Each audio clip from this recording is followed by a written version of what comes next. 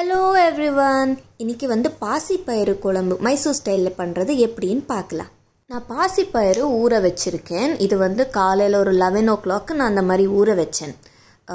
இது வந்து ஊறறதுக்கு ரொம்ப நேரம் எல்லாம் ஆகாது. நீங்க ஒரு 2 o'clock அந்த மாதிரி ஊற வச்சிக்கிட்டனா நைட் வந்து இந்த மாதிரி ஆயிருக்கும். அது வந்து ஒரு துணியில கட்டி வச்சுக்கணும். ஏன்னா அது ஸ்பாட்ஸ் வரணும்ல. நான் கட்டிட்டு வச்சிருப்பேன். ஏன்னா காலையில தான் நான் குழம்பு பண்ண போறேன். அதுக்கு தான். டடா மார்னிங் 6:30 பாருங்க எப்படி ஸ்பவுட்ஸ் வந்திருக்கு. இப்போ ஓப்பன் பண்ணி பார்க்கலாம். டடா நல்லா இருக்குது. இது அப்படியே சாப்பிடலாம். ரொம்ப ப்ரோட்டீன் இருக்கும் இதில். குழம்பு பண்ணால் வேறு லெவலில் டேஸ்ட்டாக இருக்கும். அப்படியே மட்டன் கறி சிக்கன் கறி மாதிரி இருக்கும். வாங்க ரெசிபி பார்க்கலாம். வாங்க இதுக்கு தேவையான பொருள் பார்க்கலாம். வெங்காயம், பட்டை, ஏலக்காய், பெப்பர், ஜீரா, பூண்டு, ஜிஞ்சர் அண்ட் கொத்தமல்லி கொஞ்சம் ஃப்ரெஷ்ஷாக இல்லை, பழசு, அதனால் இது வந்து நம்ம கிரைண்ட் பண்ணிக்கலாம். கிரைண்ட் பண்ணிவிட்டு இந்த அளவில் கிரைண்ட் பண்ணி தண்ணி போட்டாலும் ஒன்றும் பிரச்சனை இல்லை. தண்ணி போட்டு கிரைண்ட் பண்ணிக்கோங்க.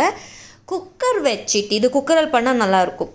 குக்கர் வச்சுட்டு இதுக்கு தேவையான அளவுக்கு ஆயில், நான் வந்து எள்ளெண்ணெய் தான் யூஸ் பண்ணுவேன், நல்லெண்ணெய். அது சூடானக்கப்புறம் நம்ம அரைச்சி வச்சுருக்கோம்ல அந்த காரம், அந்த பேஸ்ட்டு போட்டுக்கலாம். போட்டுட்டு ஃப்ரை பண்ணிக்கலாம். இந்த மசாலா ஒரு அளவுக்கு ஃப்ரை ஆனக்கப்புறம் மஞ்சள் போட்டுக்கலாம் தேவையான அளவுக்கு. எனக்கு இவ்வளோ டேபிள் ஸ்பூன் தான் போடணும்னு சொல்ல தெரியாது. தேவையான அளவுக்கு போட்டுட்டு இதை ஃப்ரை பண்ணிக்கலாம். அதுக்கப்புறம் ஒரு நல்ல ஸ்மெல், நல்ல மசாலா அந்த இது வரத்துக்காக புதினா. இது வந்து நாங்கள் ஆயில் போட்ட உடனேயும் போட்டுக்கலாம், இல்லைன்னா இந்த மாதிரி டைம்லும் நம்ம புதினா போட்டுக்கலாம். போட்டுட்டு நல்லா ஃப்ரை பண்ணிவிட்டு நம்ம இது வச்சுருக்கோம்ல ஸ்போர்ட்ஸ் வந்த பாசிப்பயிறு, அது வந்து போட்டுட்டு ஃப்ரை பண்ணிக்கலாம். அந்த பயிரில் இருக்கிற தண்ணியெல்லாம் போனதுக்கப்புறம் இன்னும் கொஞ்சம் அந்த மசாலா தண்ணியாக இருக்குல்ல, அது போட்டுட்டு இன்னொரு வாட்டி ஃப்ரை பண்ணிக்கலாம்.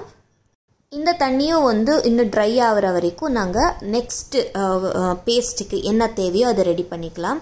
நான் வந்து எல்லாம் முன்னாடியே ரெடி பண்ணிவிட்டு சமையலுக்கு வர மாட்டேன், அப்பப்போவே பண்ணிப்பேன். அப்போ தான் டைம் சேவ் ஆகும்.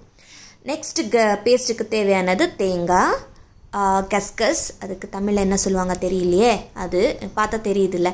அப்புறம் டொமேட்டோ, இது மூணும் பேஸ்ட் பண்ணிக்கலாம். டடாம், பேஸ்ட் ரெடி. இப்போ வந்து ஆல்ரெடி நம்ம தண்ணி போட்டு வேக வச்சுருந்தோம்ல, அது பாருங்கள் தண்ணியெல்லாம் கம்மியாயிடுச்சு. இப்போ கிரைண்ட் பண்ண பேஸ்ட்டு போட்டு நல்லா மிக்ஸ் பண்ணிக்கலாம். இப்போது இதுக்கு தேவையானது வந்து குழம்பு பவுடர். நான் குழம்பு பவுடர் தான் யூஸ் பண்ணுவேன். குழம்பு பவுடர் யாரெல்லாம் யூஸ் பண்ண மாட்டாங்களோ அவங்க வந்து chilli powder and coriander powder போட்டுக்கலாம். நான் கொஞ்சம் ஸ்பைஸியாக சாப்பிட்றதுனால 2.5-3 ஸ்பூன்ஸ் போட்டிருக்கேன்.